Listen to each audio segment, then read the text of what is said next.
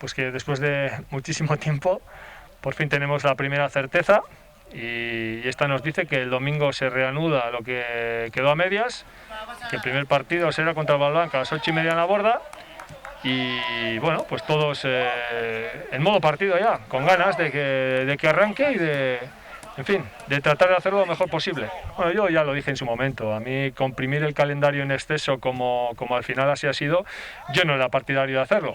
Pero también te digo una cosa, el tiempo de las alegaciones ya pasó. No solo yo, sino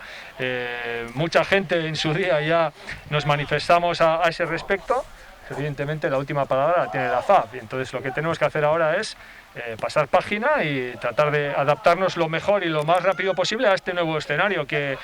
se nos abre de inmediato ya este mismo domingo. Bueno, a ver, al final el protocolo sanitario es una cosa y los aspectos puramente deportivos son otra. Yo personalmente he tratado de estar siempre focalizado en lo segundo, en las cuestiones deportivas que son las que a mí me competen. El resto, pues bueno, pues como te decía antes,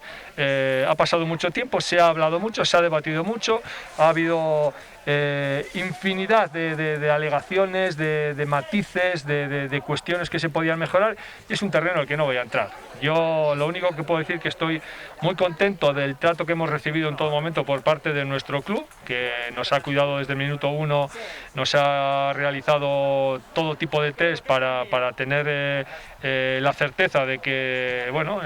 no estábamos contaminados y a partir de ahí cada uno hace su trabajo lo mejor que puede. Ahora ya, insisto, quiero pasar página, centrarme única y exclusivamente en lo deportivo y tratar en fin, de alcanzar los objetivos que